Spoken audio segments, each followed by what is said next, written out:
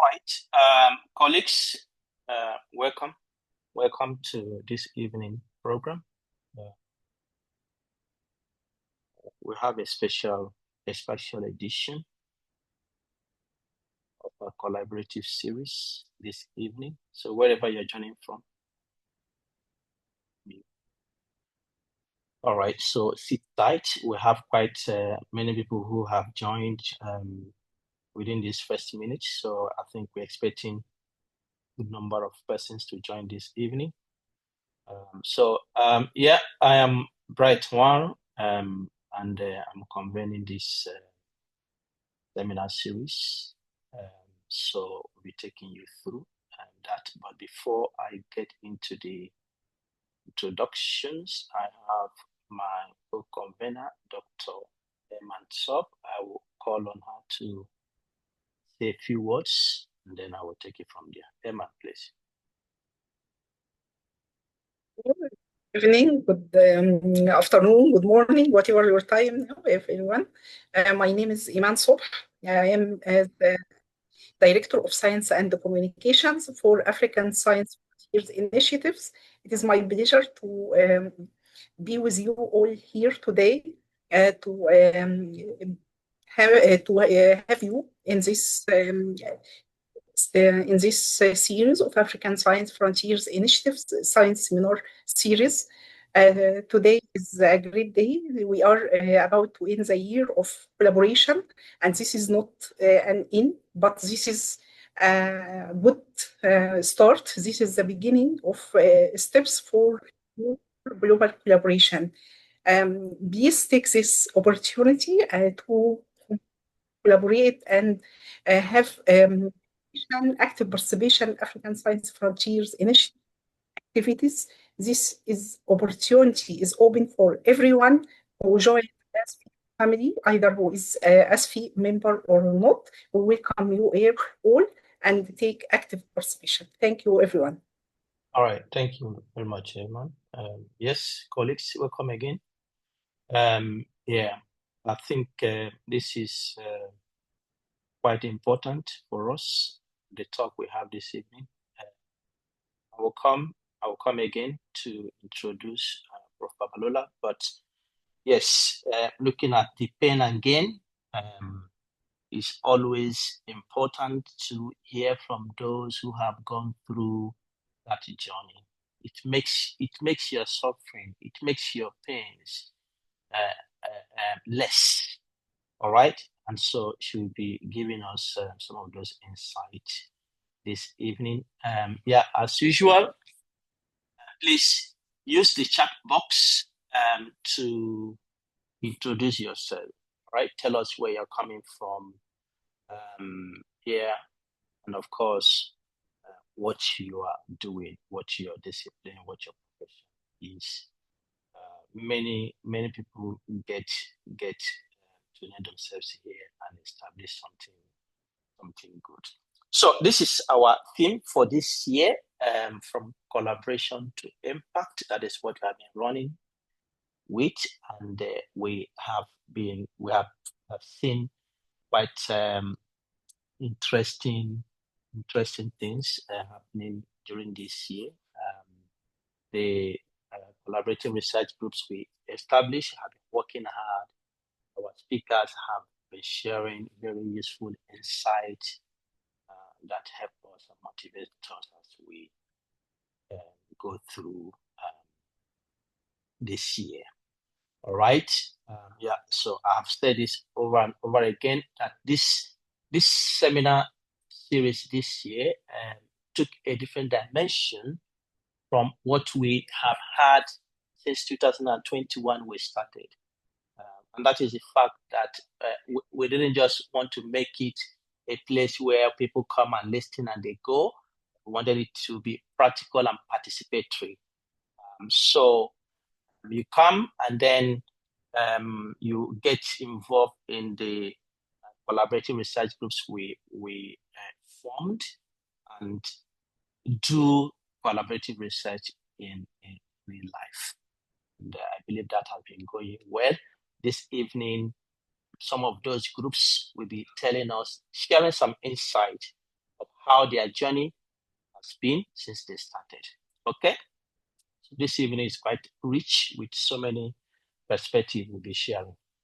All right, so how we have done it so far is that we have the seminar presentation, we address some questions, and then we get into the collaborative research groups work. And so far, we have usually sent you out to go and meet as a group and continue your work. This evening is going to take a different shape in that we are going to be here and listen to the groups that will be presenting.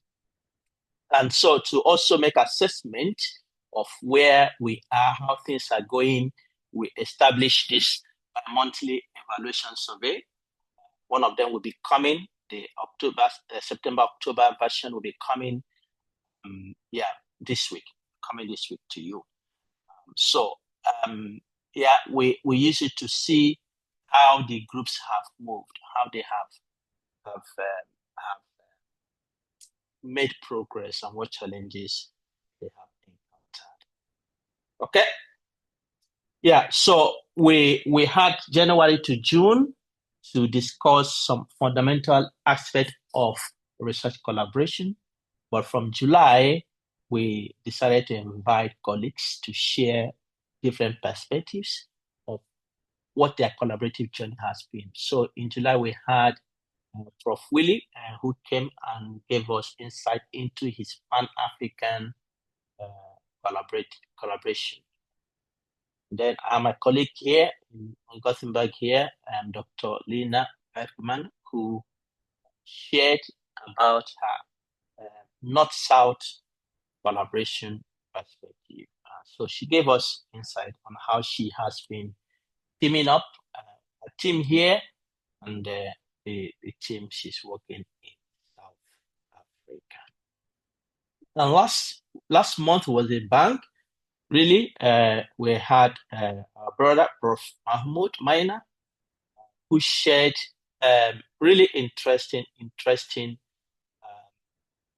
perspective of the project he's building in his home state, Yobe State of Nigeria, project that is attracting world-class researchers to visit Yobe State, and that was quite insightful. And today we'll be having Prof. Olubukola Babalola, and yes, I will come back to explain, to share insight about her.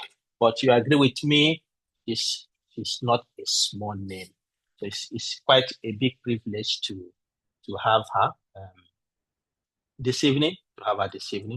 So please sit tight. If you are joining us for the first time, yes, you will see how it goes. If you are a returning member, we'll come back. All right, I just wanted to use a few minutes to tell you, if you have not registered for the conference that is coming, please don't be told about it. Don't be told about it.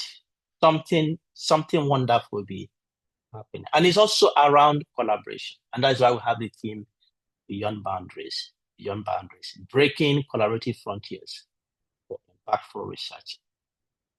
So please register and join us. All right. And then this year we have the pre-conference workshops. Okay, and that will be this pre-conference workshop is led by the Junior Assembly of the ASFI General Assembly. It will be on CV and enrich your CV, then enhancing career visibility. So please register so that you can benefit from this. I think these are wonderful things. These are the program highlights for the conference, keynotes. I mentioned the pre-conference workshops, bootcamp activities and workshop. We had really record-breaking submission of abstract this year. The previous years we have had maximum of 80, or this year we went to 120 abstracts submitted. So that is really an indication of how important this conference is becoming to colleagues. We have prizes and awards and many more. So please join us, and we'll be glad to have you with us. Yes, these are speakers for the pre-conference workshops. We'll be speaking and training us on how to enrich our CV, how to enhance our career visibility. The keynote speakers are ready. All right, we have Associate Professor David Mikler from Australia. He will be talking about intercontinental collaboration in education and research, academic diplomacy.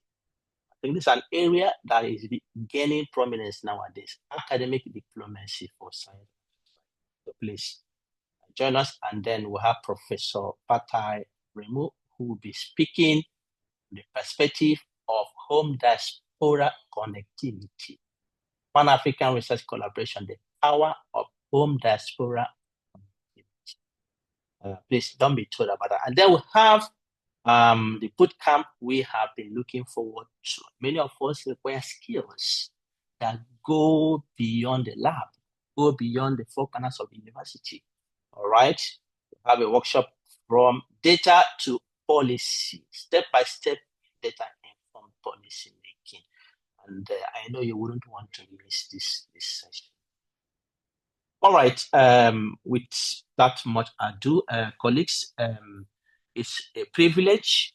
I'm introducing Professor Olubukola Babalola. She'll be sharing her experience with us this evening. And I tell you, she is not new to this class. She's a friend of the house. And I've not heard from her right, no, I can't come. She's always ready. And this is really main, because I know how much we try to get speakers and how much no we get, but she's always ready.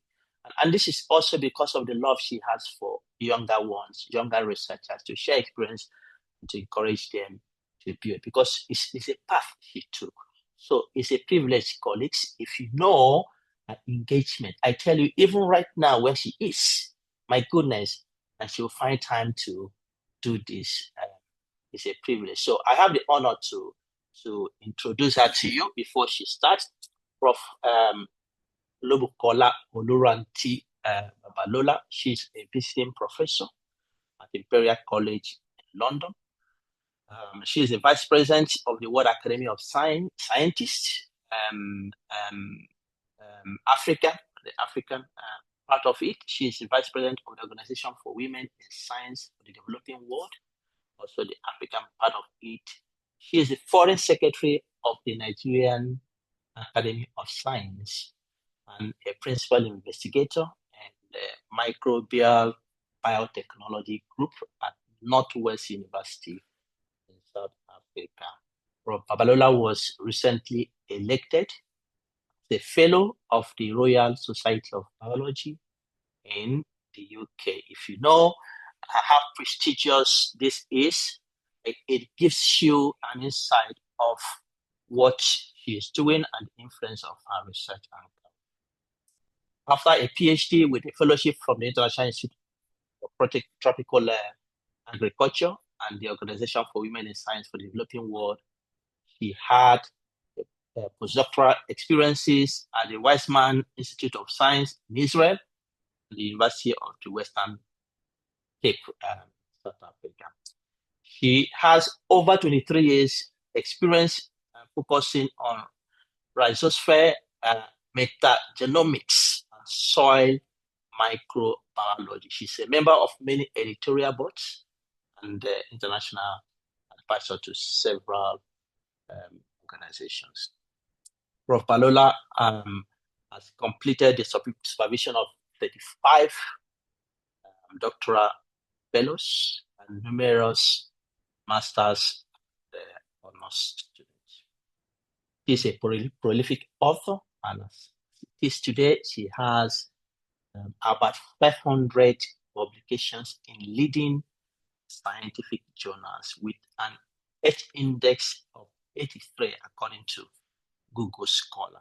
International experience spans the Americas, Asia, Europe, and Oceania, of course, her home base, Africa. She enjoys research grants and international partnership across the globe. She is an F-rated scholar in South Africa. She's number one in Africa for soil science and plant nutrition.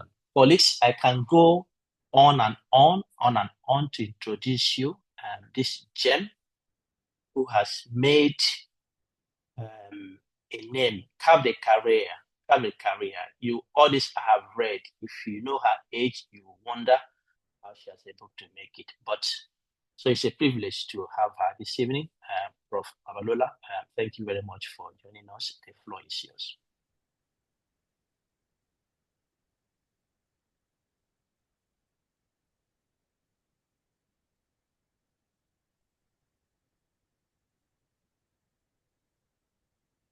Prof, do you hear me? I'll be sharing now. Okay, good.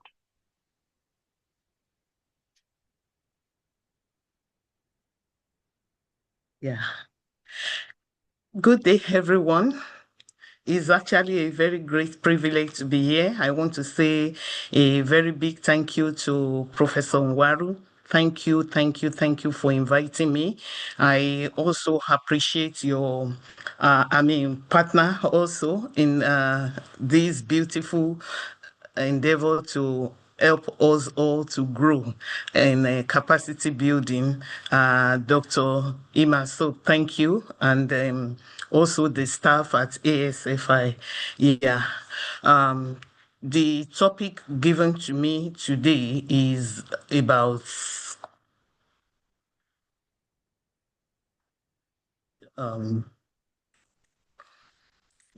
I've been tasked to talk on the pain and the gain of research collaboration. And when I look at that topic, you will find out that they are really interwoven. There is a lot of gain in collaboration. But when you think deep also, for you to continue to assess the gain, there are certain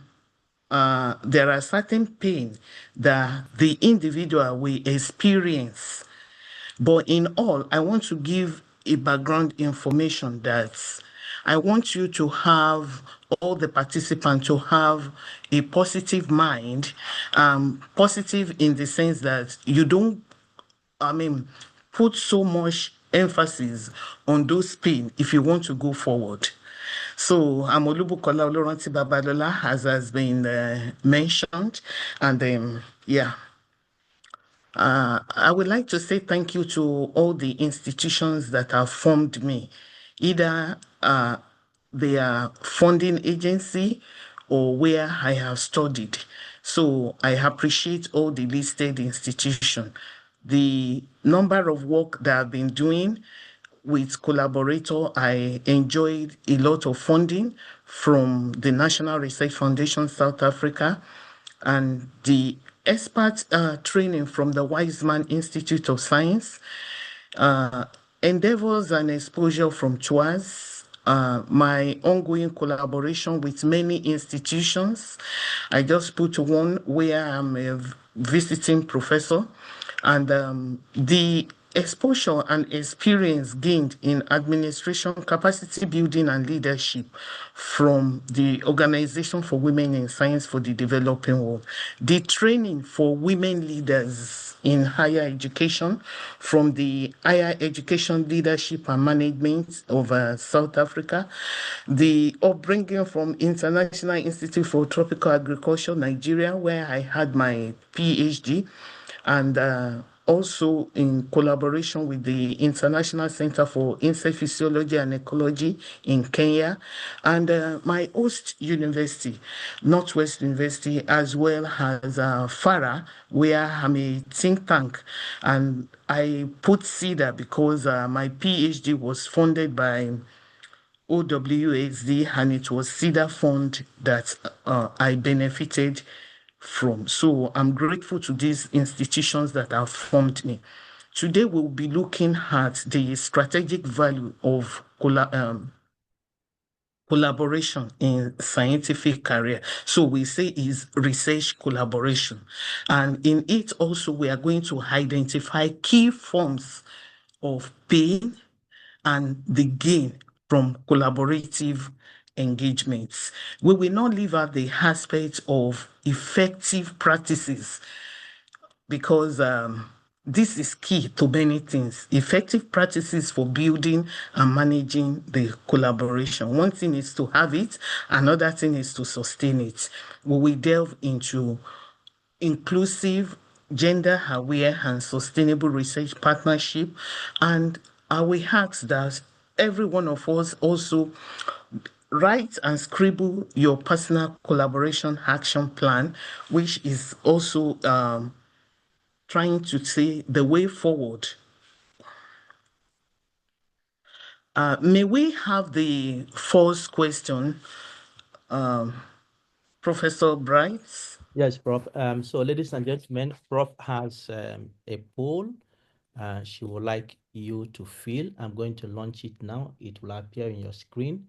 So please take your time to answer to those questions. So the first poll has 5 questions, and it is being launched now, and I hope that you can see it. Has it appeared? Prof, do you see it? Yeah, I can see the poll. Okay, great.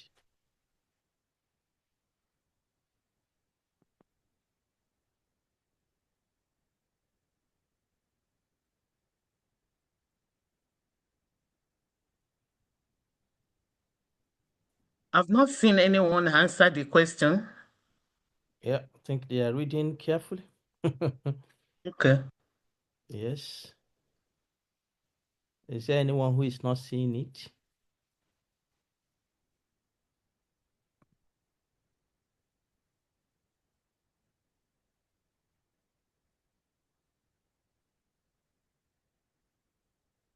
Okay, I see there is a response going on. Mm-hmm.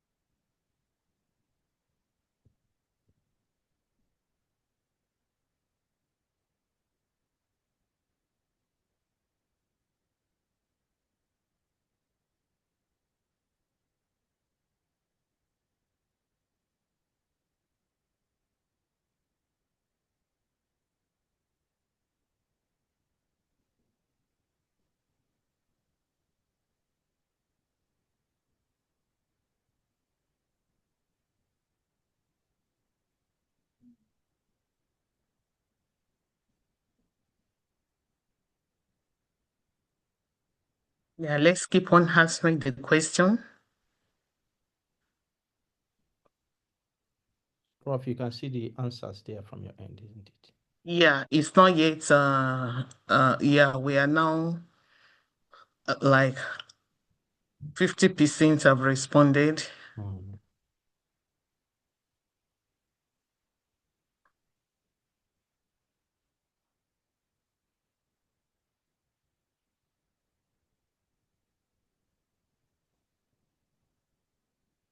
Okay.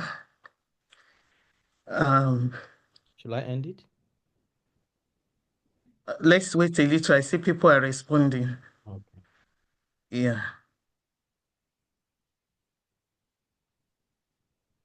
I think some people are having challenges seeing it from their end.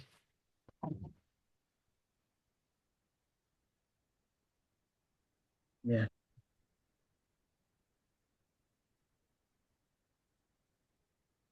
Okay, we may end it now. Yep. I'm sorry, we have to, yeah. So, yeah. If you, I can see from participation in this group today that we have missed participants, but the larger percentage have some experience. And also we have, the question that says, Key benefits of collaboration. A number of people see it as access to diverse expertise. That is very good. Also to network and for future opportunities. That's excellent also. And then also shared resources and funding, which is correct. And also to learn new skill. And when we look at what is the biggest challenge that you have faced in research collaboration, I think majority have picked communication issues. And I will talk about that also because now you've given me a clue on, then unequal contribution. You are right. In fact, none of the items there are wrong, but it also shows that we are thinking alike. And when asked about the mindset, I see what people have put there, that we should be open-minded when we want to collaborate. I think I see that no one chooses curiosity. I don't know why. We may talk about it as well. And in terms of which factor most contributes to a successful research collaboration, a number of us feel that clear role and responsibility, which is, all of them are very relevant and very correct. Okay, I will reflect on those things as we go on in our presentation today.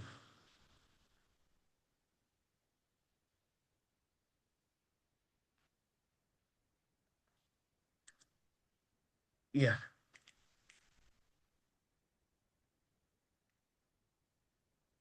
Okay. So when we talk about research collaboration, I want you to have a very open mind, because a number of us may say, what is there for me? I'm in Africa. So, what is there in collaborating for me? I don't have equipment. I don't have research grants. I don't have, my internet is erratic. That's when we start capitalizing on the negative. That is what will happen. But if we are open-minded, you begin to think, oh, I don't have hands, but I have legs. What can I do with the legs? That is capitalizing on what you have. I've always made mention that there are talents in Africa, and I mean what I'm saying. Talents in Africa. The intelligence that dwells in us, we can channel the energy. I give an example on the screen. Writing books, for example, in collaboration with others, may not warrant equipment, but it's something where you can channel your energy and it will still count for you in your career progress. This is just an example. So I want us to begin to reflect. I don't have legs, but I have hands. What can I do? So in my own personal life, as I was growing in my career, I met with some challenges. And part of the way I overcame a number of them is to channel my energy in another way. For an example, I channel part of the energy in book writing, because for that, I don't need any equipment. All I need is the laptop, the internet, and peace of mind. It is that even if you don't have the internet, if you go somewhere to download or to send your messages, you will still forge ahead. So I want to believe now that every one of us see ourselves as someone that is relevant in what what we are talking about is very relevant to us, because like in the poll I see a few that have little or no experience, say about 11% of us says no experience whatsoever. So you still have a place, yeah. And when I'm asked to give my pain and the gain, part of the gain is that in collaboration, I enjoyed broadening knowledge. I enjoyed the expertise of those that surround me. For an example, I'm a soil ecologist, and I'm not a soil scientist, and I'm not a bioinformatician, and I'm not an engineer. But while doing my work, I discovered I will need a soil scientist to work with. I will need an engineer to work with. I will need bioinformatician to work with. Those are the people that I will look for and collaborate with. And in doing this, I've been able to enjoy broadening knowledge. And I put here is a quote verbatim from me. It says, I've used it in another presentation, engaging with passionate, forward-thinking scientists has reminded me why collaboration across borders, not even in one location, collaboration across borders matters so much in advancing my career. In terms of collaboration, it could be local. And when I mean local collaboration, like in my department, I'm collaborating with the people in my department. It could be national, where for me, as a Nigerian, I'm collaborating with people in Nigeria. And at the same time, it could be international, whereby I go beyond my nation to collaborate with people. So collaborating has helped me to enjoy what ordinarily I cannot have in terms of broadening expertise. And another quote that I put below, verbatim from me, says, although I met many people, so few of them were women researchers. That rang bell in my ears, and I dare to be a reference point for women scientists. And I've made up my mind. I'm not going to give up in this thing. And if collaboration is the way to go for me to be sustained in my career, then I will make sure that I collaborate. So you may now ask, I've talked about this gain, the gain of broadened knowledge, gain from interdisciplinary collaboration. But there are also some pains. I mean, there is a certain level of pain that is associated with it. Think in terms of the way I want to do my things.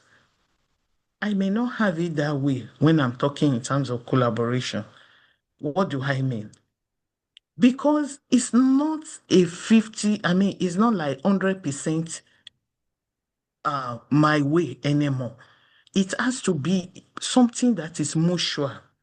So if the bioinformatician I want to collaborate with is telling me this is how we will do this, because this other person too needs that thing to forge ahead in his or her own career, then I must look for an interval in between the two of us where the two of us can operate mutually. It is not a one-man show at all. It's supposed to be mutual. That is where we have to start thinking, yes, I'm going to gain in terms of expertise, but at the same time, I have to suspend in some things. In any way, those things, I never really count them as pain. per se, but these are the things that I need to part with for me to forge ahead. So I'm telling you the truth today that yes, broaden expertise, but at the same time, there are a number of things that you have to soften your own aspect on for we say it takes two to tango, and it's not only you and you alone. And I will still come to it when we get to question and answer section, because I'll make it as more practical and depending on the question that will be posted to me. The important thing about collaborating is the aspect of funding. Let me tell you, if you apply for grant application, there are some that you can apply for as an individual. But when we talk about billions of money, I mean, very big grants, you will not be able to access such type of grant as an individual. You will need to bring on board people to work with. As a microbiologist, you want to solve a problem of or in the soil, about soil fertility. You will need to bring agronomists on board. You will need to bring soil scientists. You will need to bring the people that are doing GIS that can help you. Maybe the problem is as a result of irrigation or whatever. By the time you will really look at what you want to apply for, you will find out that the people you bring on board will also indirectly help you to get that funding. So you cannot access big grants as an individual. Yes, you can access some grants, but often when the grant is really big, you need collaboration.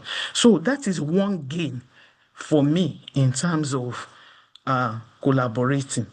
The pain will now be because if you are from less resource country, it is maybe I should say human, the way they will now when the funding is being done, like, oh, you don't have infrastructure, you don't have this, you don't have that, so you are only doing this fragments in the work, and the budget something very small for you.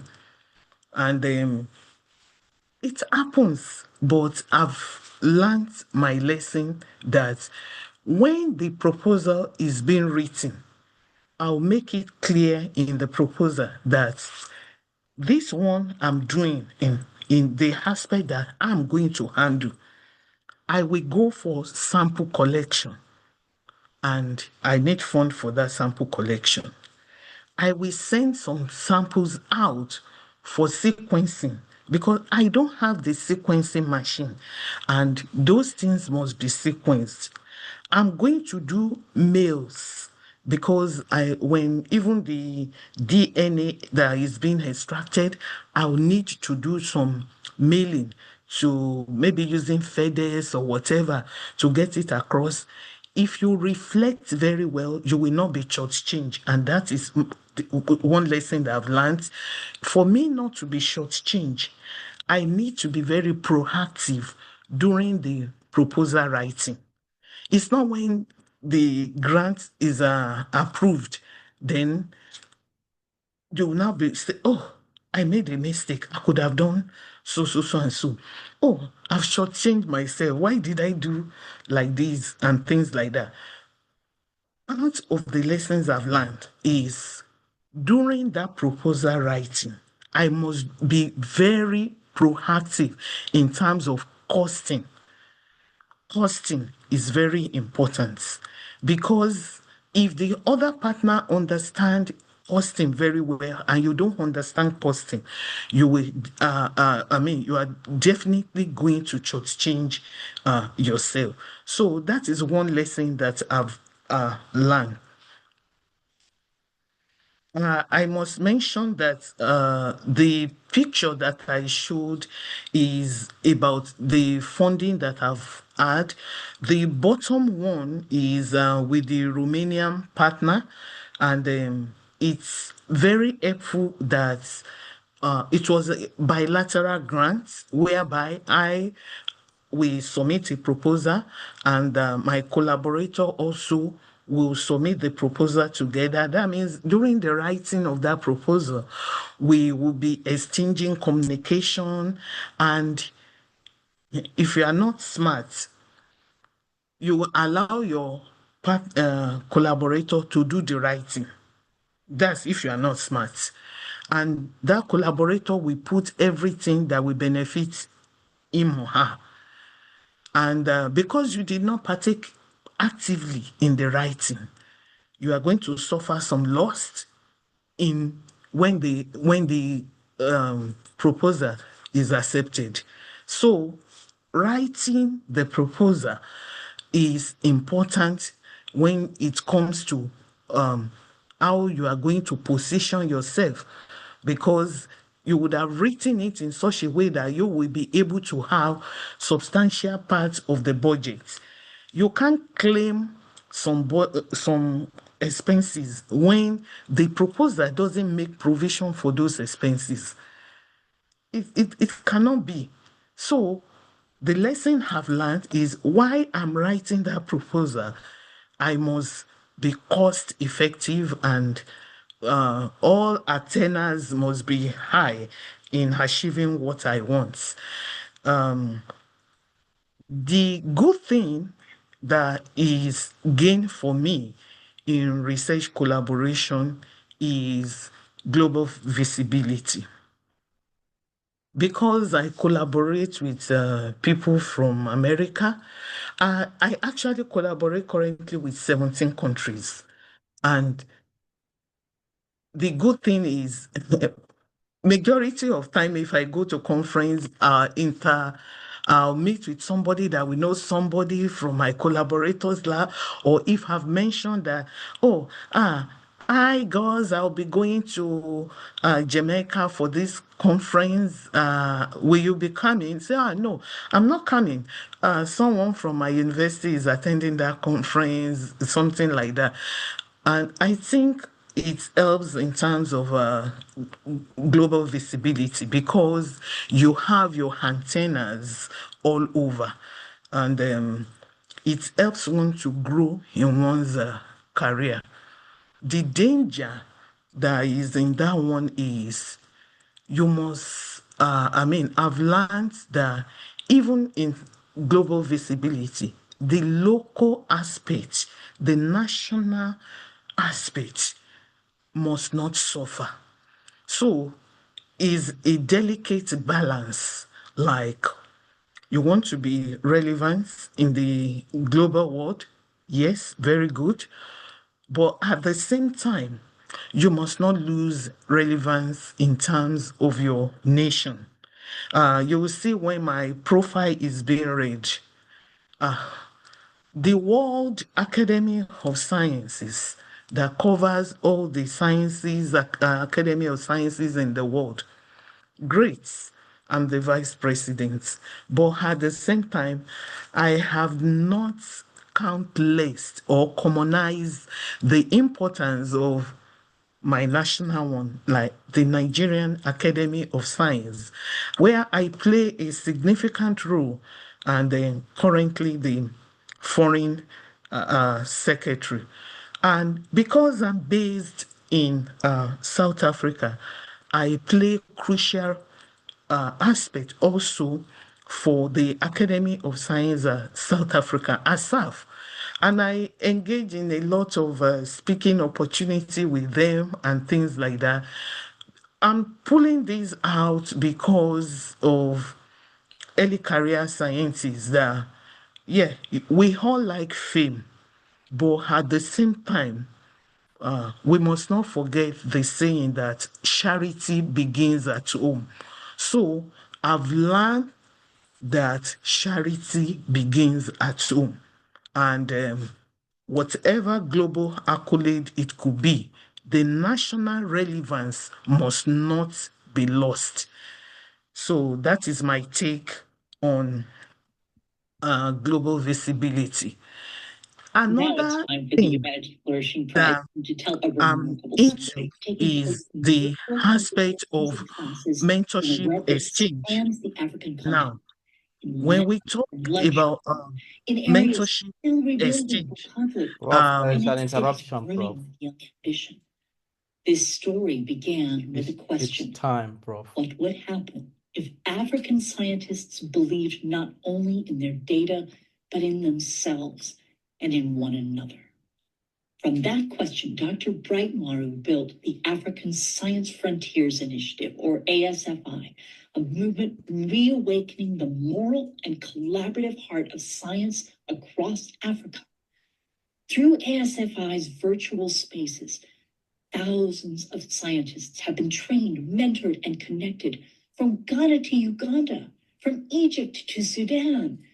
They come to share knowledge, techniques, and data, to learn grant writing, ethics, and publishing. But they stay for something far deeper, a sense of belonging to a scientific family that spans the continent. Out of this growing network have come new partnerships with universities across Africa. Together, they are forming bridges of solidarity, proving that African science, when resourced and united, is not waiting for the world's permission to lead. In 5 short years, without external funding, ASFI has become a continental ecosystem. Bright builds spaces where scientists can speak openly, confront failure, and rediscover purpose. From these gatherings have come new leaders, researchers publishing their first papers, securing fellowships, mentoring others, multiplying the very possibility they once sought. To Bright, flourishing means to be better yourself today so that you can make tomorrow better. His work is showing what that looks like. A generation of scientists standing shoulder to shoulder, ready to shape Africa's future. For his vision of science as a moral and communal force, we celebrate Dr. Breitmaru, winner of the 2025 Humanity Flourishing Prize.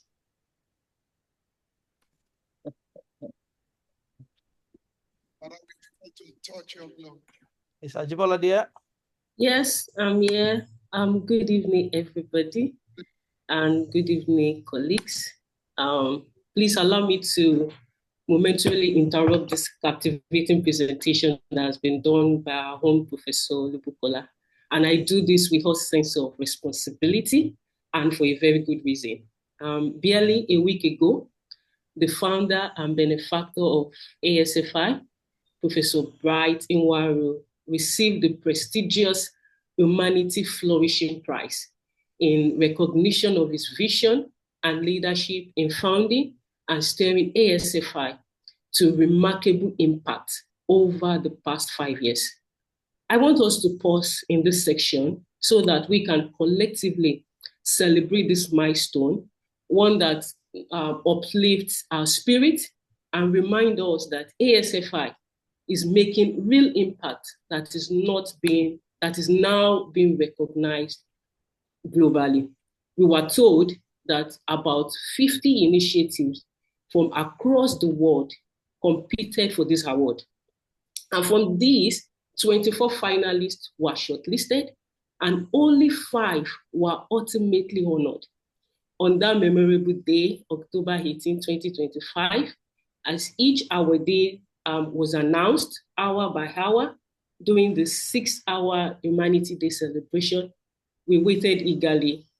ASFI was not announced the 5th, it wasn't announced the 4th, it wasn't announced the 3rd or even the 2nd. And then with a powerful voice, just like you have watched, the announcer declared what made ASFI and Professor Nwaru truly stand out. ASFI is not just a place to learn and build research capacity. It's a movement that unites all Africans, helping them to support one another and also use their scientific skills to develop the continent. Surely, there can be no bolder vision than this. And for that, Professor Nwaru, according to I Am Humanity, the organization behind the award was most deserving of the 2025 Humanity Flourishing Prize. But then, how else can we express our joy other than joining our voices, our hands, our hearts, and our spirit to say a resounding congratulations, Professor Inwaru. Many of us have been taught, we have been inspired, we have been transformed through the knowledge, opportunities, and community that ASFI provides. I'm one of those beneficiaries. We celebrate you, Professor, and we believe that this is only the beginning of many more honors to come for this movement and this vision. And now, ladies and gentlemen, colleagues and friends, I invite everybody to please unmute yourselves. And while I count from 1 to 5, let's. Congratulations, congratulations. Congratulations. Congratulations, Prof. Congratulations, Prof. Congratulations, Prof. More Jesus' winning. name. Congratulations. Prof. Congratulations, Prof. Congratulations, Prof. Congratulations, Congratulations. Congratulations.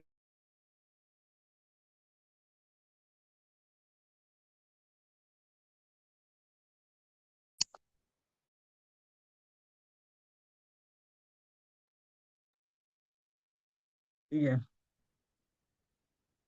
I'm coming.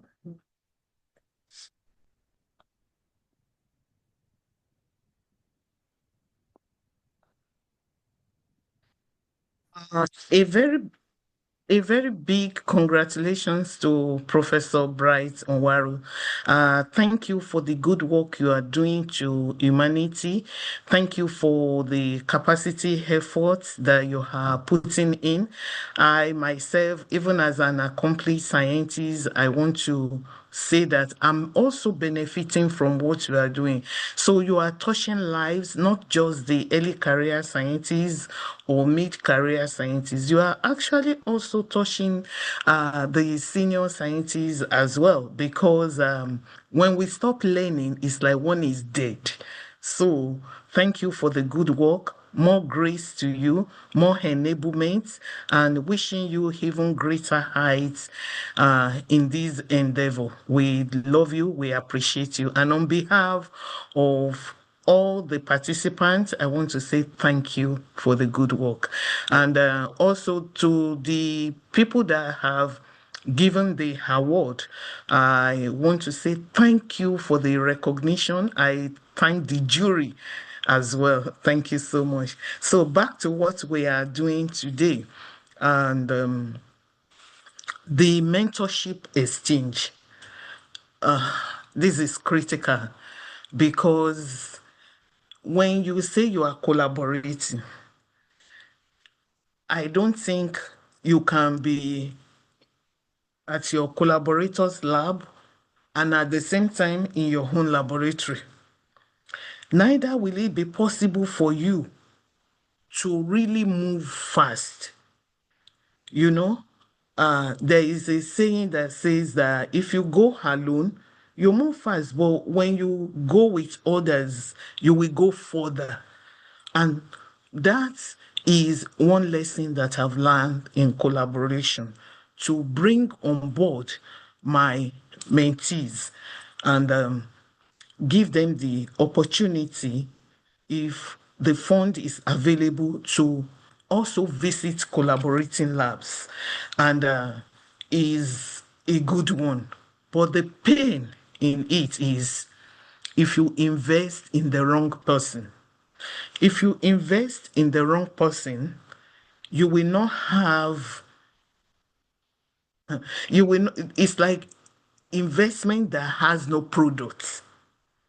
So we think in terms of, like, when we collaborate, we have a co-authorship. You publish together. If the mentee that you have put in these projects refuses to write is a failed attempt. That's part of the pain. And the gain will be increased citation and recognition if you manage to co-author a work, because the collaborator will be citing the work in their own research group. Your own research group is citing the work. Imagine multiple collaboration, trilateral or multiple, then it's going to give greater recognition, because imagine your tentacle, that one is from Mexico, the other one is from Bangladesh, and you are there in Africa. Just imagine how you are going to have you are reaching global audience. So that is one good thing about collaboration. And the lesson I've learned is to think well before I involve any mentee in my collaboration, because you don't want a wasted effort. If you invest in someone and there is no results, it's very unfortunate. This is not the only student that I had the opportunity to have sent abroad. There has been the one that went to those, not even one went to Argentina, the one that went to France, the one that went to Romania. All these ones have been to the collaborators lab to stay certain time to do research. Another important thing that collaboration helps one to get is policy impact. Why do I say that? It's not as if on your own you cannot do your work and have it to make impact in terms of policy. However, when we are collaborating, you are engaging practitioners. Don't forget I said, because I am a soil microbiologist, I will bring on board soil scientists. I'll bring agronomists on board. I'll bring bioinformaticians on board. As many that I feel will help me to achieve, I bring them on board. Now, engaging practitioners in the field is one good way to translate the research into something that goes beyond mixing chemical, because you are now the focus of the practitioner definitely will be societal impact. Even if you, as the researcher, you have not come to that level in your career, the practitioner will be like the high opener for you, that you should be thinking in terms of societal impact of your work. And the thing I've learned is to work with practitioners. Don't underestimate them, because you don't want your research to end on the bench. You want your research to have impacts in the community, in the society, to touch life, to solve problem of humanity. And that is actually the way to go. This picture I put here is one of the collaborations that I'm involved in. I still maintain it today with the people in the US, and you can see the two white people that are there in the picture sitting to my right and to my left when I brought them to South Africa to conduct. We are collaborators, but it's also a way to concretize the relationship that I brought them to South Africa for almost 2 weeks to do something substantial with my institution, and we also went to another institution to replicate what we have done in my institution. And I've learned a lot from Professor Gwyn in terms of challenging my thoughts. And I remember even there is a review article with my students that I engage her in, and the way she overhauled the work. The student even said, it's like, we have not started. I said, it's true. We have not started. Myself, I'm learning. I tell you, I'm also learning. This is a big one for us in Africa. Probably I should have made it the number one. The aspect of shared infrastructure. It's a big one because a number of our institutions, we have to admit, have aging equipment or no new equipment at all, or the equipment compared to the number of people that will use it is the number of equipment is small compared to the number of people that will use the equipment. So you find out that we have this problem of infrastructure. However, collaboration is the way to go because you are going to enjoy having those equipment or whatever from your collaborator's lab. That's another way to bring in collaborator, aside from in terms of expertise. Because this one has the equipment that I need, I have to collaborate with him or her to get the work going. I don't want to stagnate. There are a number of pain with this issue of infrastructure because if you look at the picture that I pasted on another picture there, that's me many years ago as a PhD student, and I have children already as a PhD student. And where I was, this was outside my home country, it's outside Nigeria. And where I was, I got a babysitter. But in that country, the babysitters will come, they stay. I have the one staying with me. This babysitter will come on Monday morning very early and we leave Friday evening. So it means weekend, I don't have anyone to mind my baby. Now, as a foreign student who has gone to a lab abroad, my weekends are just like normal working day for me. So when it's Saturday like that, I'll take my baby, I'll take the baby pram. Don't tell anyone. I go to the lab. I sit in the office because I will use the internet. That time, this thing I'm saying is more than like 25 years ago. So you see, yeah, it's over 25 years ago because the baby there now is over 25 years. And I will enjoy the internet there because as a PhD student, I can't be buying that data and all those things to use the internet in my own house. So the pain is the human cost. What does it cost you as a human being? It costs something, especially for a woman, because if you have to leave your country to go and use infrastructure somewhere, I mean, use some facilities somewhere, maybe you'll be based in that collaborator's lab for a certain time. If you are a married lady, it means that time your marriage is also at the mercy of God. You understand? So many things, anything can go wrong, so many things can happen.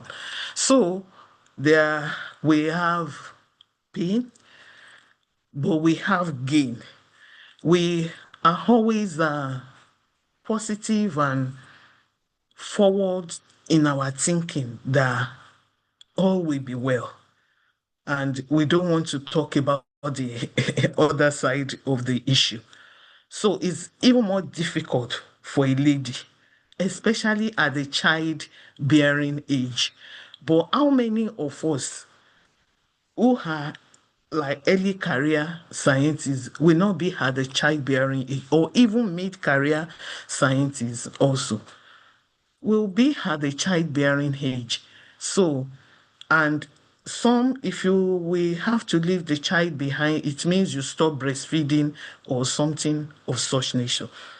So there are a lot of things that are interwoven in it.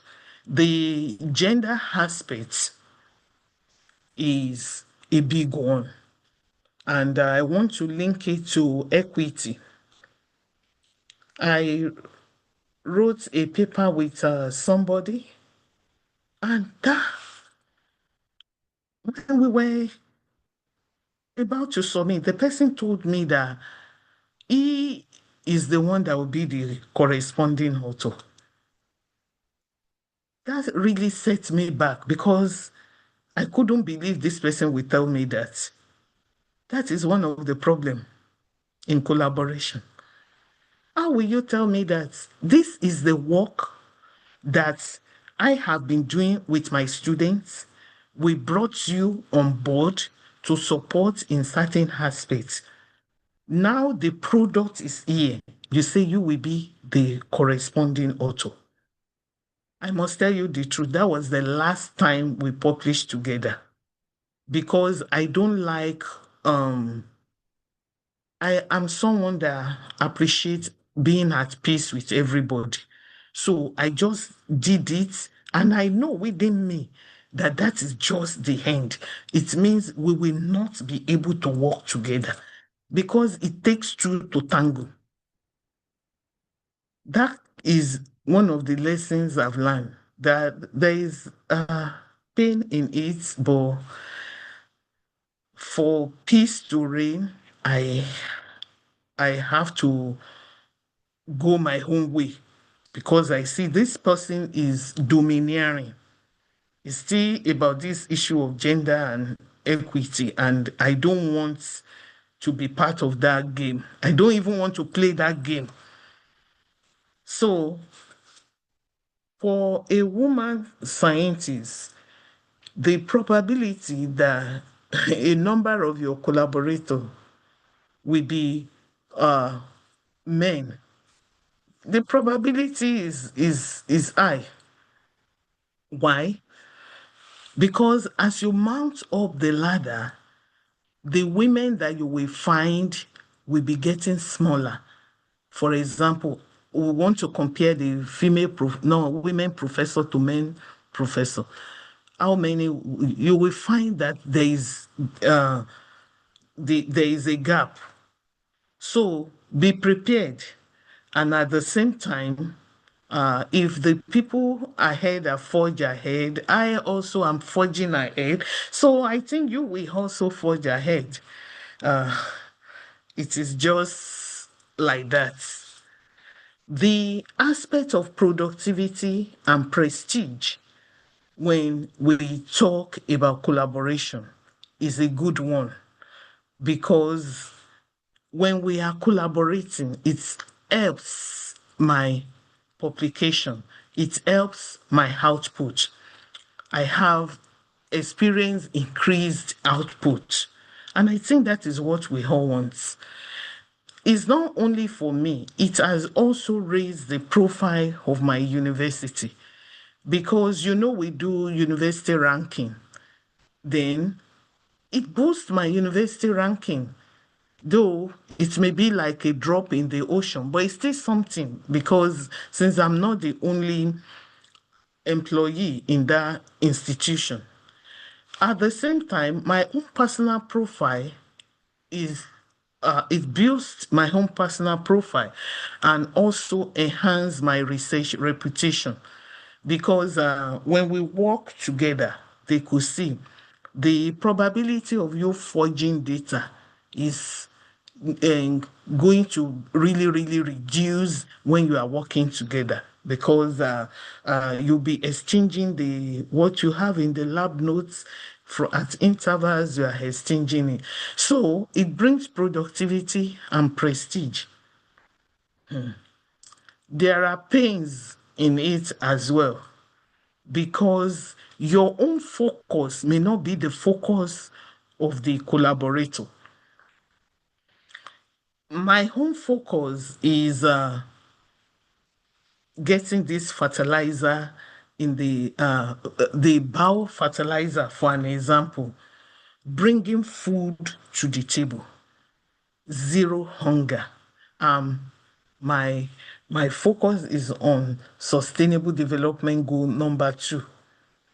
So I would like to twist my work in my bias towards my own bias. Now, the person I'm collaborating with, that may not be the bias of that person, because we ended up working together, probably because of expertise, like I've mentioned earlier, or because of infrastructure, or because of funding. Because if this one has the fund and then you don't have anything, you really want to just collaborate with this person, and you have to dance to the tune of that person, because you have to do his own mandate, which is his own research objective. So that is like the pain that is in this aspect of productivity and prestige. But like I said at the beginning of this talk, that I've conditioned my heart to the fact that I want to be successful in this thing that I'm doing. And I want you to have that mindset as well, that I want to be successful in this thing I'm doing. If that is the case, you don't look at some things anymore. When we do collaboration, it will only take a short time for people to know if you are an unstable person, if you are a difficult personality, because you will be jumping from one collaborator to another. That's supposed not to be the case.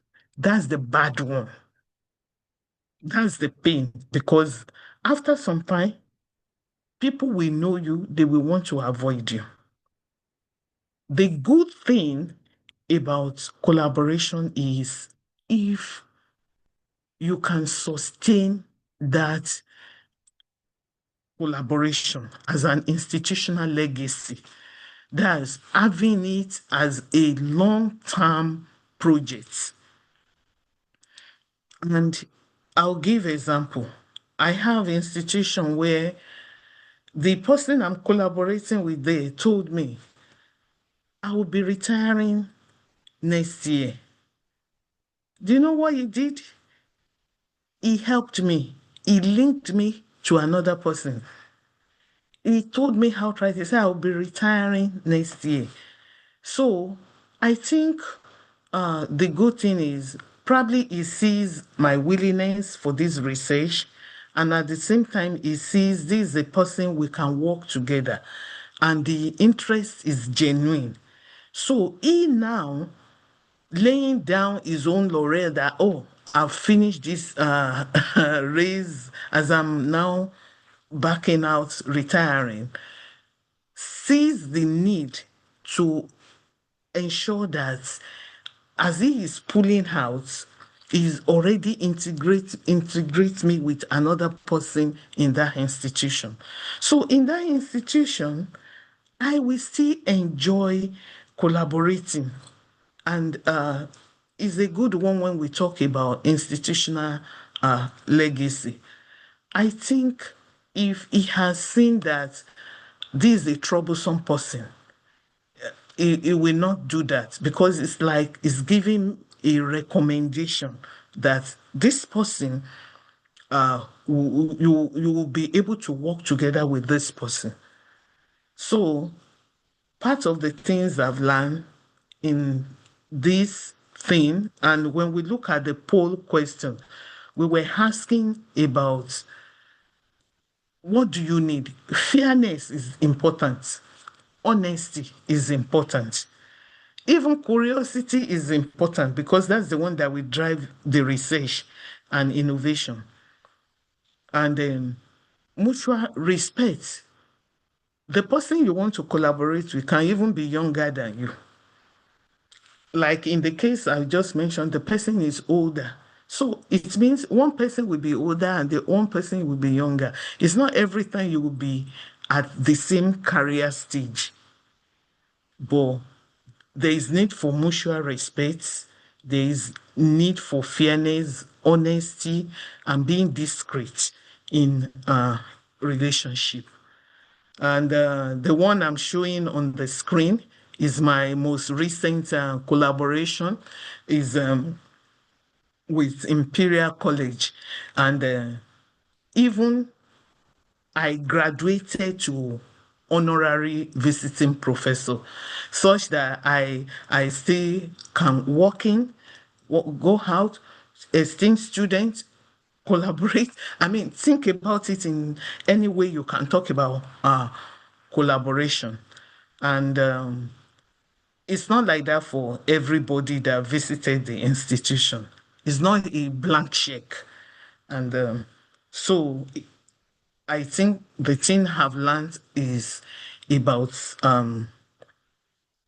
respecting other people, even if they are younger or even if they are older. Respect even their views. Let them have their own view, and you both reflect on the views and come up with something that will help science in, I mean, attending to the need or providing solution to the communal problems that we have. So I've shared 10 real collaboration scenarios for you as takeaway. And the 10th one is on intellectual growth. Let me tell you, a tree cannot make a forest. And if you actually want to grow in intellect, you will learn to mingle with other people. I mean, be open-minded, take from other people's advice, and like that is going to to help. There are pain, and with all the pain and everything, it's still important to collaborate. So, and from what we have talked about before, that poll,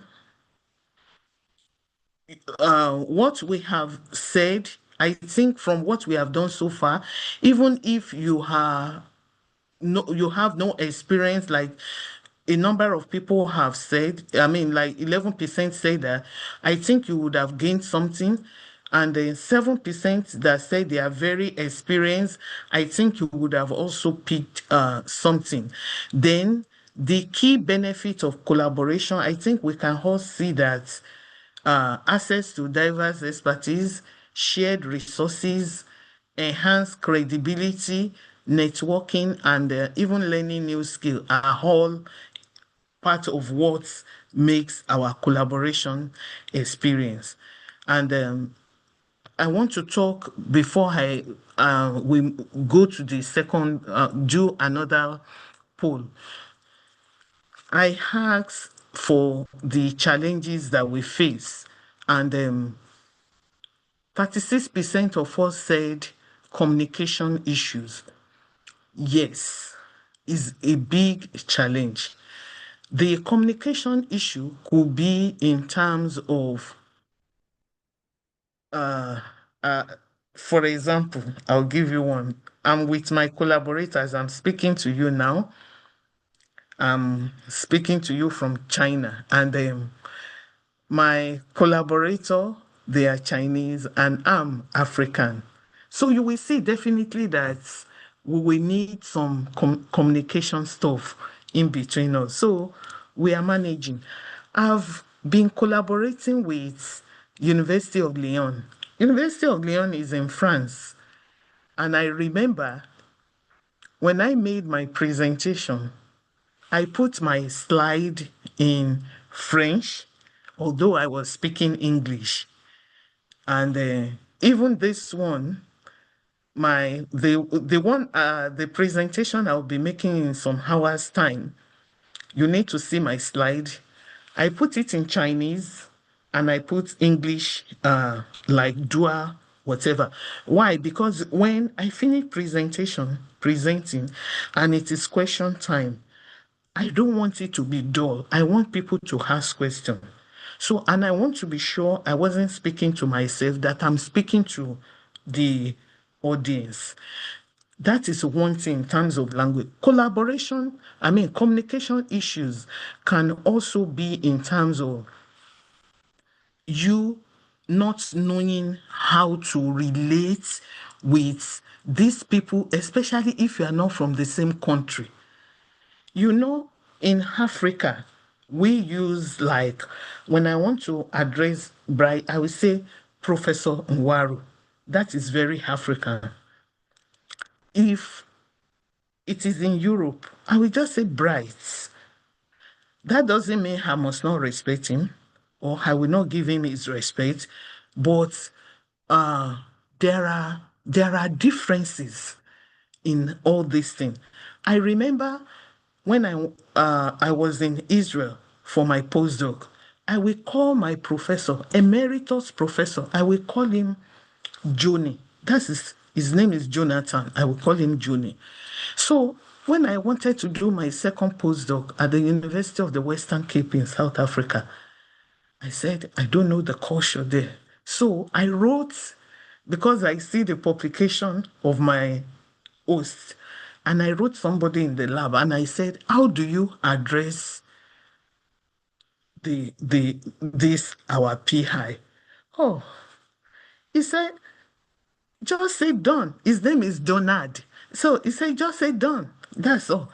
Oh, I said, thank you. So the funniest thing is you must not take things for granted. In that same country, when I finished that postdoc and took up a job in that same country, in another region, I see they don't, I will not say Don, I see they use the title. So, you see, all these things they look small, but one has to begin to pay attention to them because you don't want to step on toes. You don't want someone to feel you are arrogant or that you have no respect. And at the same time, you don't want someone to feel you are from the village. Because if everyone is calling the first name and you are attaching another thing to it, it will be as if you are from the village. So we have to know how to balance this thing. So in terms of communication, in case I've not addressed that thing very well during the question time, please say it the way you have it. Then for collaboration mindset, we need to be open-minded, flexible, have trust, respect. Patience is very important. I see only 2% of people said patience. You must have patience. I will give an example. If after writing the manuscript, we now send to collaborator to A, B, and C, you send the same email to them. Say, I'll be happy to receive your feedback by the 31st of August. Oh, I tell you, you may be unlucky to have the one that by October 15, we say, could you please resend that message to me? Because by the time you even send it in the first instance, this person is too busy, does not even, maybe would have even deleted an email. 15th of October, asking you to send it again, something that you say 31st of August as the deadline.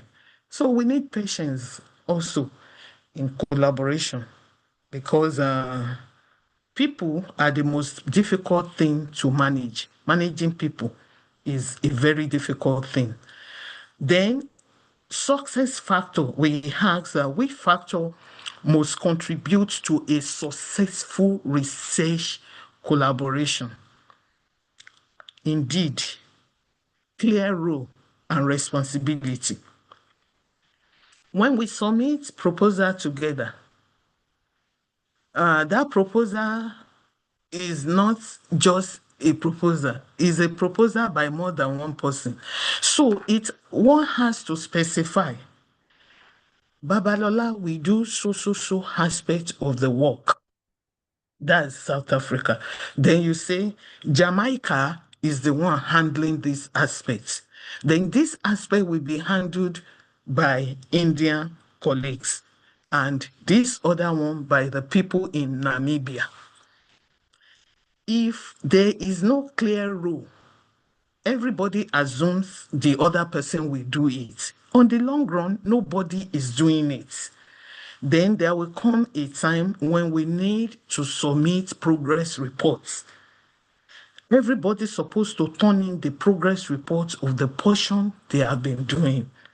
So clear rule is important. Strong communication. Communication is key, I tell you. It is key to sustain the relationship.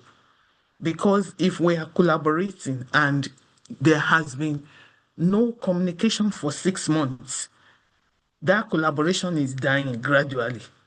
We need to collaborate. Yes, it means we need to communicate. And the other. May I ask Professor Nwaru to please give us the next poll?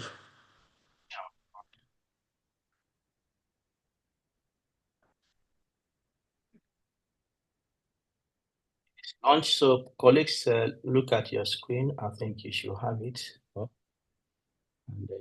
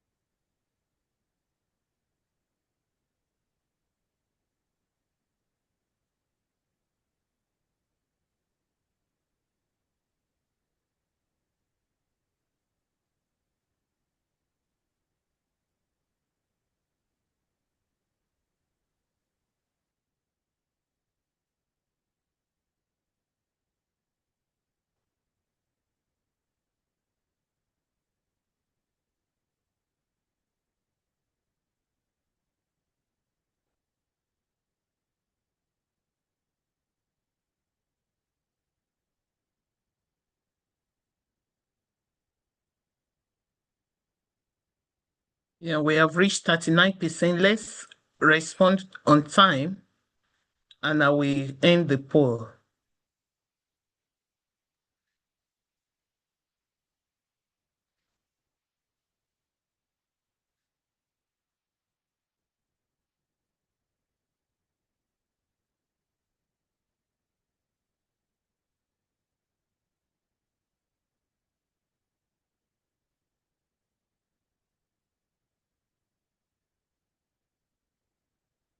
I'll be ending the poll if you are still responding.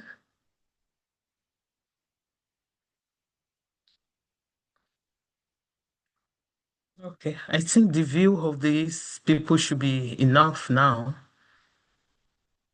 Okay.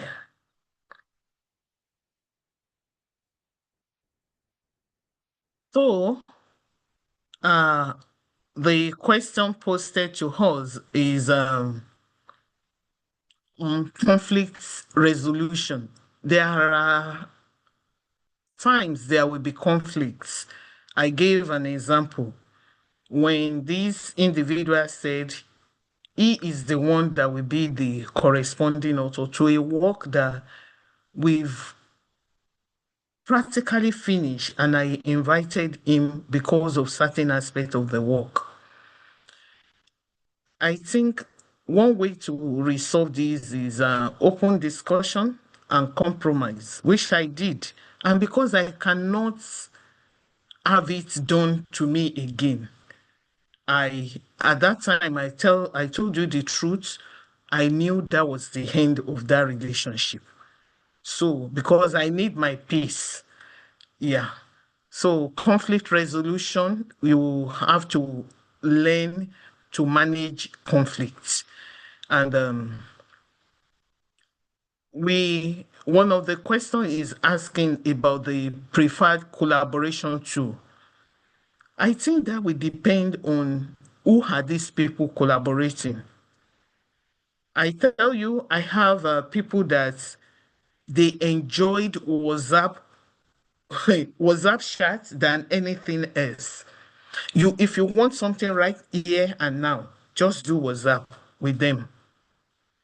For other people, they are very officious that they want it by email, and you have to respect everybody. So the one that likes email, give it to him or her, and the one that we enjoy that you do video conferencing, because this individual cannot even tolerate too many emails.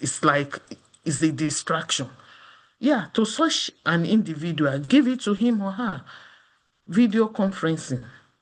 So you'll find out that this depends on the people that are collaborating. And I see a certain percentage of us also says ASFI scholar spaces. Yes, if that is how you can have the work move, why not? Because you want progress. Yeah. So we have a question about how does collaboration impact research publication? And I've said it earlier, because it gives credibility and it helps such that people are citing your work, your research group is citing, their research group is citing. So it gives higher chance of publication even in top journals, because it has more credibility.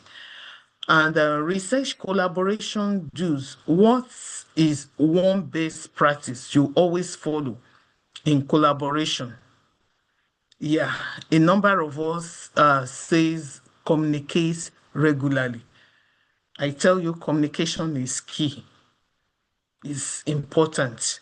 And also clarifying rules, respect deadlines. I gave an example when you say the deadline is so, the 2 weeks after, another person is asking, where is the document? Can you share the link again? Those things can be very frustrating, but they are part of what we say, the pain in collaborating. So after this workshop, what's your biggest takeaway about research collaboration? And then diverse people have shared their own opinion. I mean, in this one, a number of people almost say the same thing. So thank you so much for answering the poll. And I'll move faster now.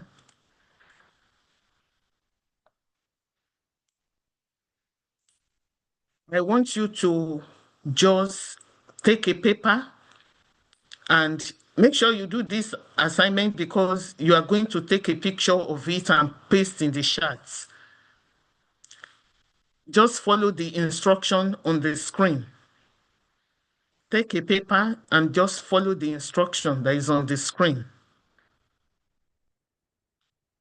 Create a visual map of your current and potential collaborators.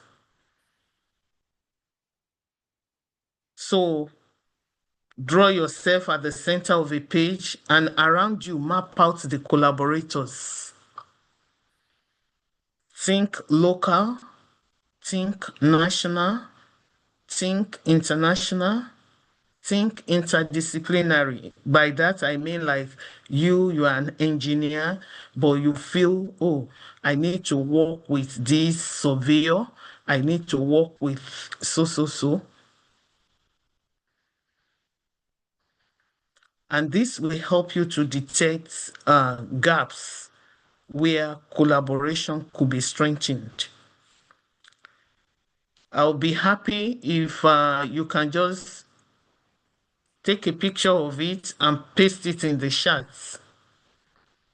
I think once we have 5, that is just enough to have a feel that you actually did these assignments.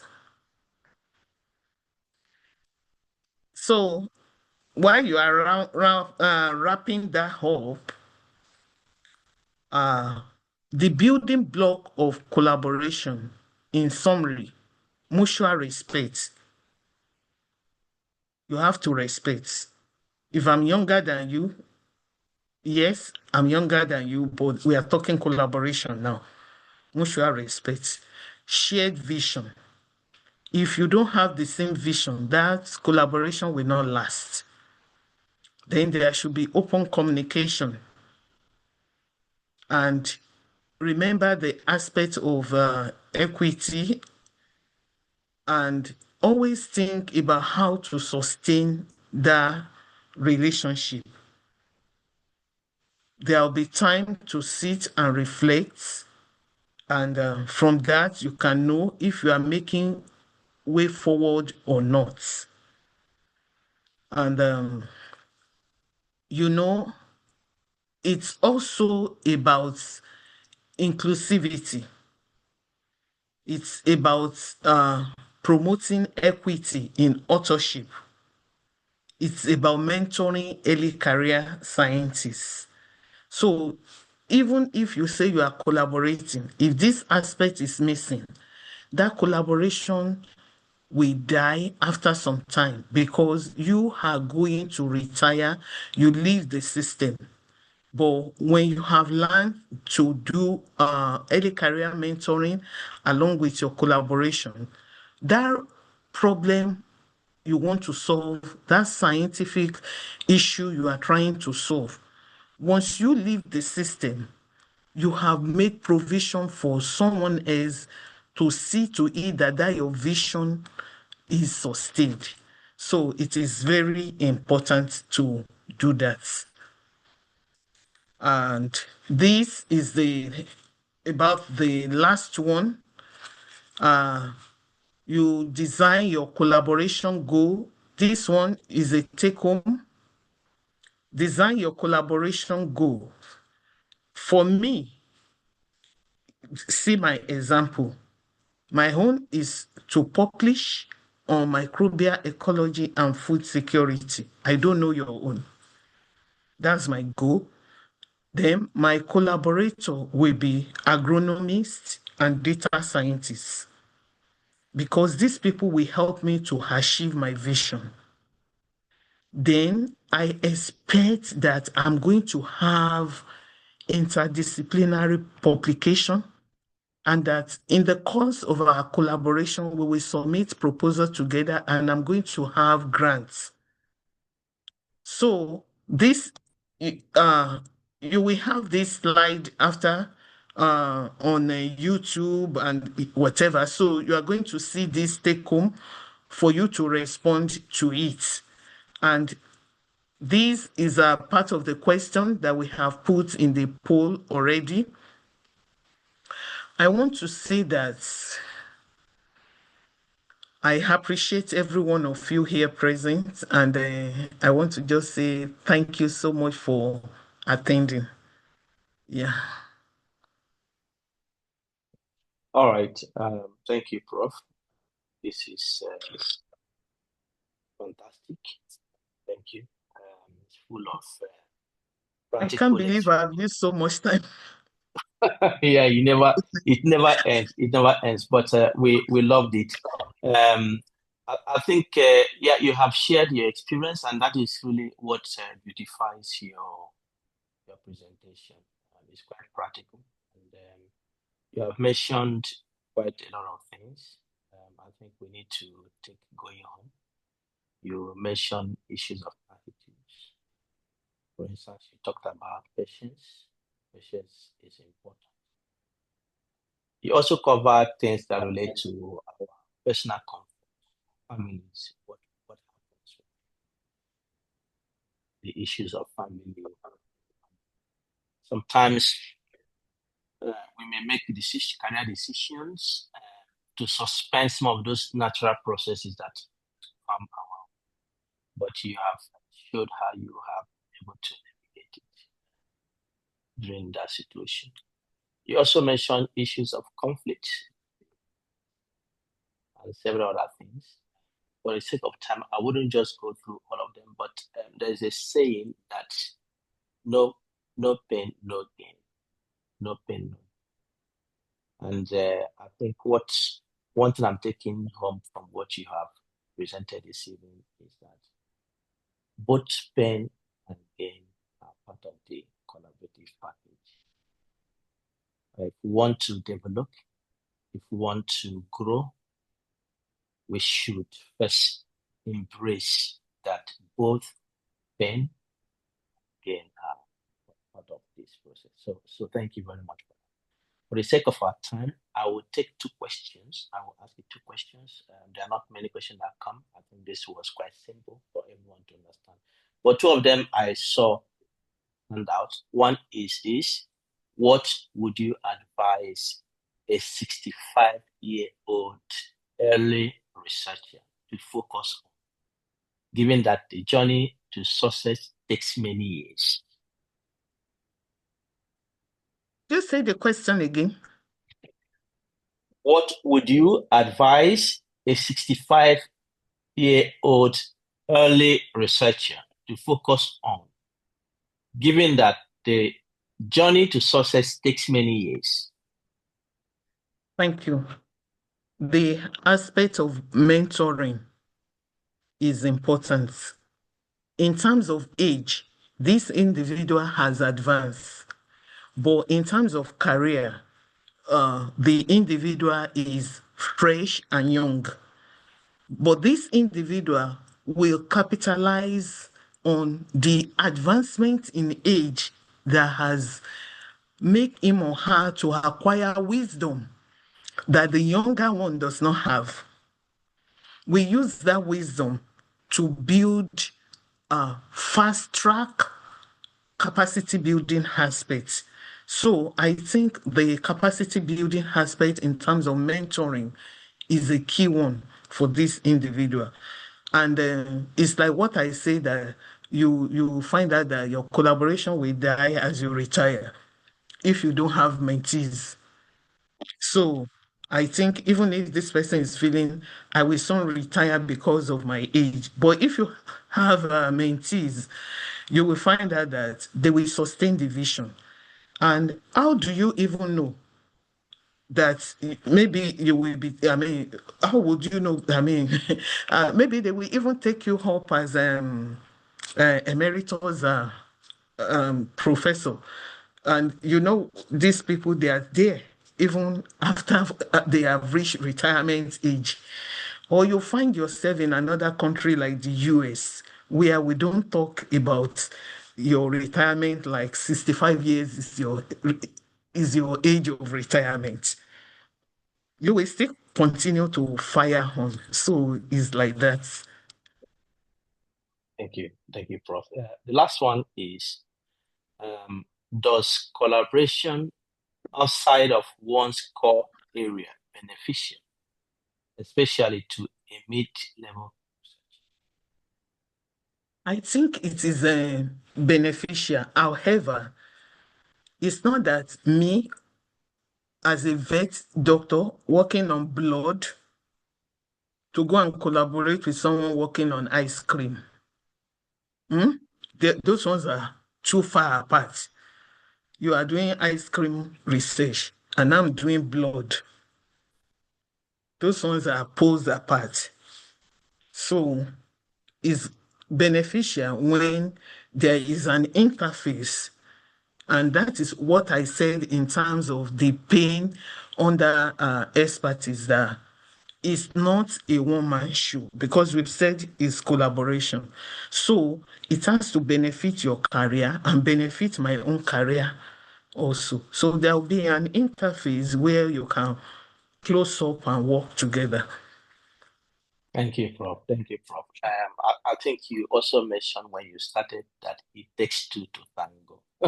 So something brings you together. Prof, thank you very much. We don't want to take much of your time. You can prepare for your next presentation. We are grateful. This is what we are hoping for, that you can share this insight. As I will always say, we'll come back to you. We'll come back to you in the future, because we always need your wisdom. So we are grateful. Ladies and gentlemen, I think this has been a powerful session this evening.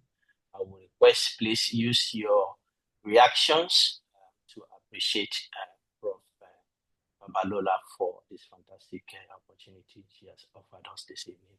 Prof, I wish you well as you go to your next presentation. Yes, as you come back. And I see research map of, I think I've seen, is it 1 or 2 that have put it there? Thank you for doing it.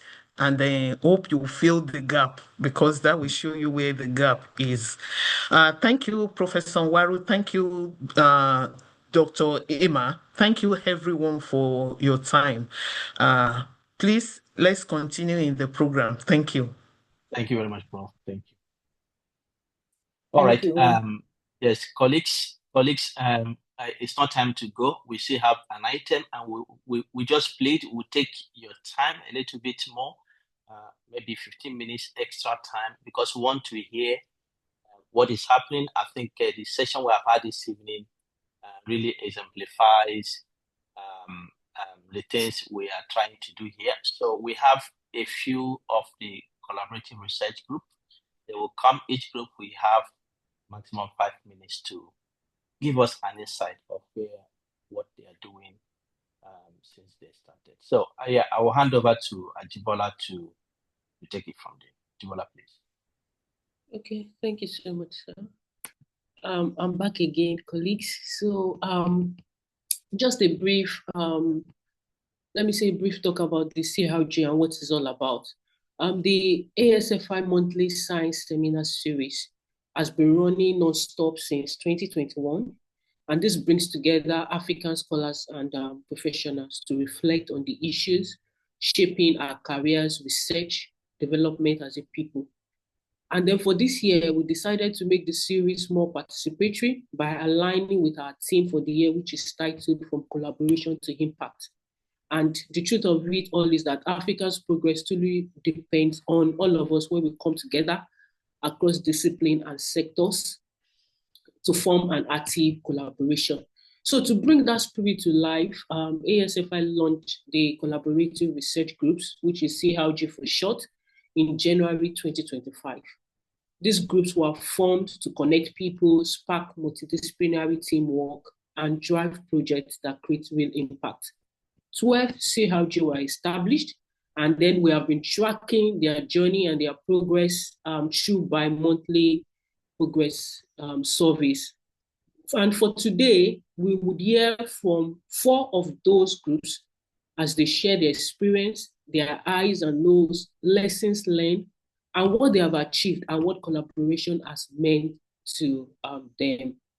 And this really, buttresses what Professor Olubukola has just, given our presentation on. So for us to begin with, I would like to call on Group 2 to please make their presentation. Please, you have just 5 minutes, please. So Group 2, please, it's your time to make your presentation. And the one who is presenting for Group 2, if you can raise your hand so that we can see you. Okay.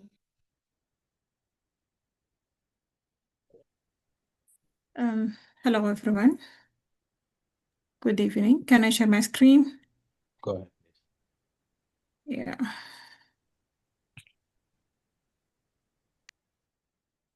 Is it visible now?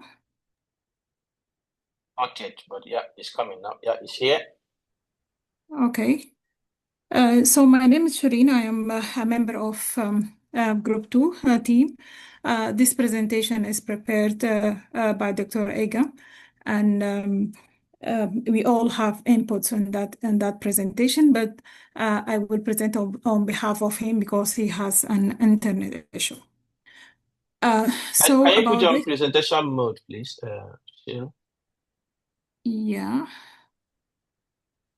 Is it okay now? Yeah, it's fine now. Yeah, go ahead. Okay. So the content is the challenges in the group and how we navigate them and how and what has worked and what does not have worked well, and the progress has been made till now and the output so far and the plans going forward and the lesson learned. So about the challenges in our group, we have diversity in the disciplines and specialty members, task outdated sometimes, and few people just contribute to the discussions. Not all the team, the member in the team contributes usually to the discussion in the WhatsApp even group or even in the platform, the meeting platform. So members do not attend meeting as expected. So how we navigate them? We choose a project that are multidisciplinary to make sure that much of the people or much of the team are going to participate in that project, and the tasks are assigned to the team with sub-team lead. And reminders were set, and I think this was very effective assignment to teams and subgroups where you can deal with a few people or individual and can reach them, I guess, easily and can respond even then. So consistent meeting was assured even by voting. Minutes of meeting are posted so that everyone keep in a line. And this was very important because we are different, even the times, we are different countries, different jobs different, so most of us may miss the meeting, but the meeting minutes it's keep then aligned and they can catch up. So what has worked? That's a consistent building, choosing multidisciplinary project that make sure everyone can participate in that project.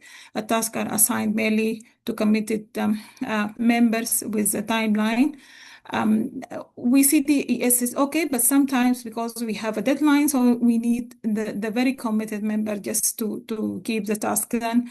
And I guess this may motivate the other to contribute very effectively next time or as we are progressing towards other papers or meta-analysis. Our main goal was to conduct a systematic review. However, the perspective paper was crafted as a side trophy to motivate the members. As we see, systematic review is a little bit longing, it takes long time. It is not an easy. It needed skills, but I guess this is a fruit of collaboration that we share the skills together and get learn from each other. So what is not work well, the majority of the colleagues are started, they energized, but they remain inactive and less participating or communicating together.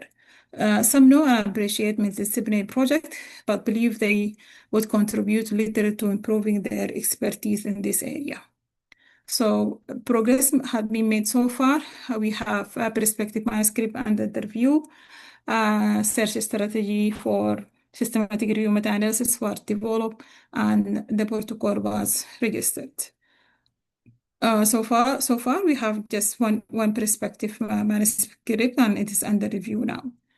So for planning going forward, we plan to conduct multi-country primary studies, and we plan to keep the group going for long.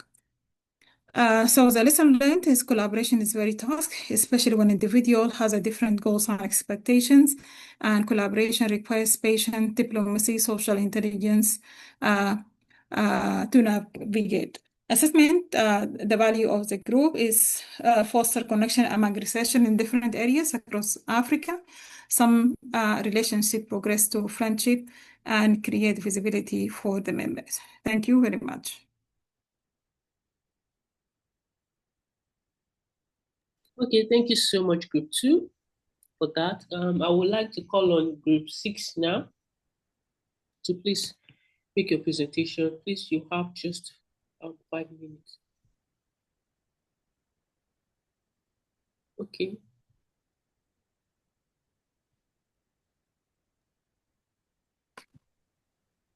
Thank you, Dr. Ajibola, and thank you, everyone. I will be presenting on behalf of the group.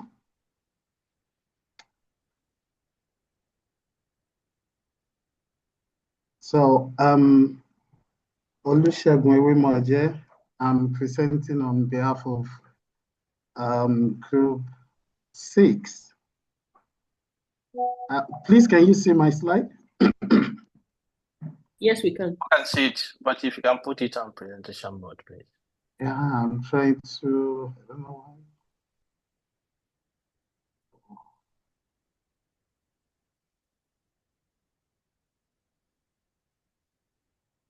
Is it fine now? Yeah, it is. Thank you. Okay, thank you. So we are also considering the same outline with the other group. Can you hear me? Oh, okay. Okay, so for us, we have about 25 people in our group, but only about 13 are active, and these are our names. What are our challenges? We have low participation, just like the other group. We also have scheduling conflicts, coordinating meeting across different time zones was actually a bit of challenge for us as well. Irregular at our participation at meetings was also a challenge for us. Some members also failed to meet deadlines, and it was a challenge. But how did we navigate our challenge? The first thing we did was to develop a charter which defined our mission, vision, and team structure. And also, when we are faced with a deadline, we try to be flexible with our timeline to allow for quality outputs. So we give more time at some point. We also ensure collective agreements on key issues. We maintain focus on deliverables and outcomes, and then we concentrate our effort on committed members to drive to the project. Of course, we still also try as much as possible to encourage others to join, but we drag, and people were not actually dragging, so we had to focus on the active members. Okay. Oh, sorry, this is not moving again. Oh, okay. So what has worked well for us? We have a structured leadership where we have the coordinator, the assistant, and the secretary. And we also have a monthly meeting apart from the general meeting we have. We try to also be professional while engaging, and we respect our diversity, and we allow for diverse perspectives whenever we are discussing. We also use different platforms that help us to run smoothly. We use things like Google Drive. What has not worked for us? Okay, deadline was a challenge. We struggle with time management, and we also struggle with inconsistent availability, because some we join the meeting today, the next meeting they are not there, so it actually slowed down our work. Progress made so far, we were able to agree on a topic, so we agreed to have a systematic review, and then this has been planned, and then we have been able to also develop a protocol on this. So the output we have so far, we have been able to register a protocol on Prospero. We have also been able to get our search strategy developed. We have searched almost all the databases we needed to. Just one we are still having challenges with. Our plan going forward, we want to complete our systematic review and then publish the work. Also, we want to also participate in other research papers, and also possibly develop grant proposal for future research. Lesson learned, we have learned to leverage on the strength of every member of the team. We have also learned that hard work pays off. We have also learned that everybody matters, just like an example is this slide we have. It is actually a joint work among us as a member of the team, and one of us did the slide, and I'm presenting it. We also have, we've learned about the power of synergy, and then cross-disciplinary collaboration drives innovation and comprehensive solution. This is also one of the lessons we have learned. Our assessment of the value of this program is that it is an excellent platform, effective. It also fosters collaboration and promotes collaboration. Thank you, Eshe. Thank you so much, thank you for that nice presentation. Okay, so because of time, we would quickly call on the last group, which is group 7. Group 7, please remember you have just 5 minutes. All right. Good night. Good evening, everyone. Good evening, Prof. Are you able to see my screen? Not yet. Not yet? Not yet. Yeah. Yes, yeah. All right. So, I'm Hannah from Group 7. I'll be presenting on behalf of my group. So, challenges, solutions, and progress of collaborative research, Group 7, reflection from our experience. So, the collaborative research group provided us with a valuable platform to learn, collaborate, and grow together. It encouraged us to apply our learning through teamwork and shared research experiences. So the challenges faced and strategies adopted. Our research team focuses on conducting a systematic review As most members were new to this process, we faced challenges in applying the methodology. We addressed this through collaborative learning, several meetings, and external guidance from tutorials and published protocols. So what has not worked well? Lack of experience caused slow progress, unavailability of some members, scheduling and coordination issues due to other commitments. So what has worked well? We use collaborative learning and divided tasks based on strengths and areas of expertise. Most of team members are committed to tasks assigned to them. We held several meetings to clarify concepts. We sought external guidance from tutorials and published protocols.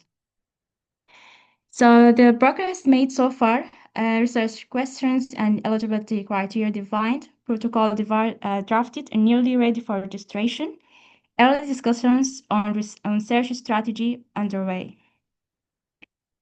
The next steps to register protocol in Prospero, train team members on searching and data extraction, to conduct formal literature search and screening, set milestones for data extraction, quality assessment, and writing.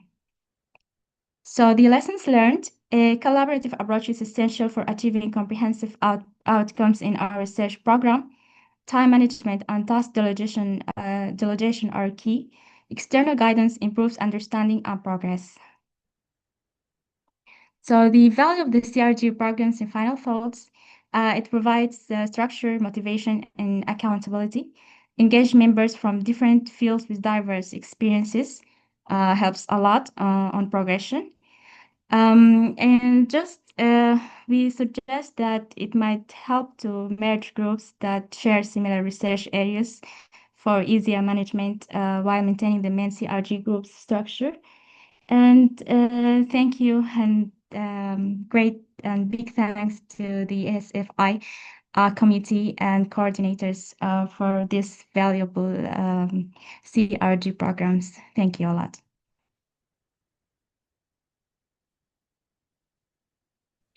Thank you.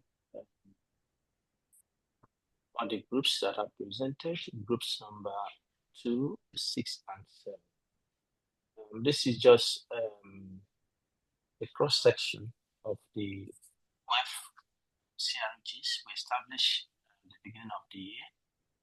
Colleagues, as you can see, they have highlighted some of the lessons they have learned. Apart from it being a bed of roses, as we have heard from our speaker tonight, there are challenges.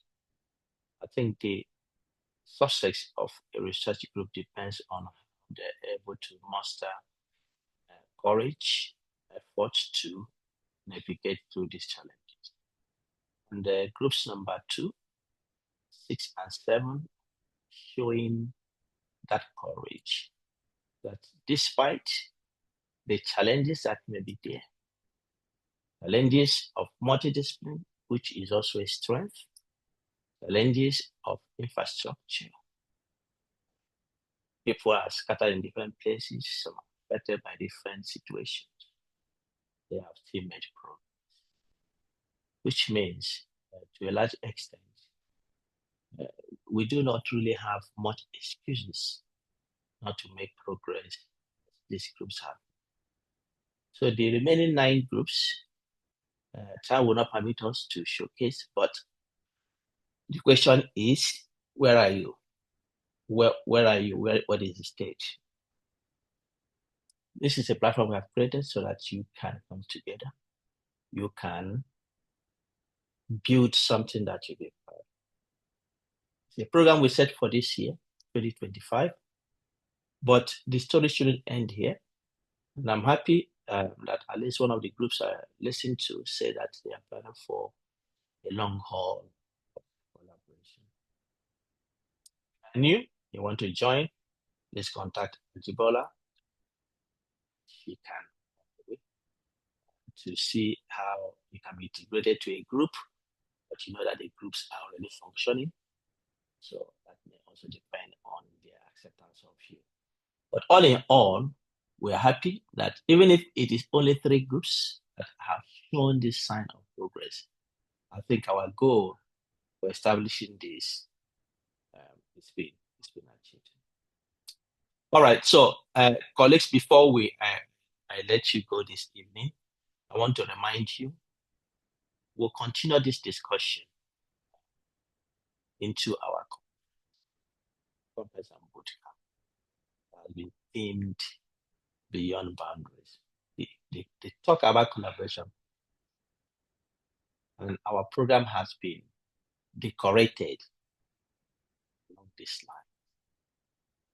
The seminar series or the seminar we had tonight may be the last one for this year, okay? Because we can have another one next month because our conference that comes towards the end of the month.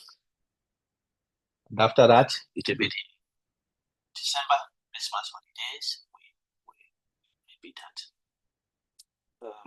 We'll come back for table for you. But I believe that you have benefited from what has been happening, that you prepare to join us as we continue those discussions at the conference. The conference comes with a pre-conference workshop, which we have announced. Once you register for the conference or you're a member of the ASFI General Assembly, you are automatically entitled to the pre-conference workshop. I encourage you to take advantage. You can see the speakers here and our keynote speakers for the conference itself, and our bootcamp workshop facilitator is also here. Yes, I want to bring to your attention, colleagues, ASFI continues in its trajectory of capacity building and research. We have 2 of our signature courses that have now been announced.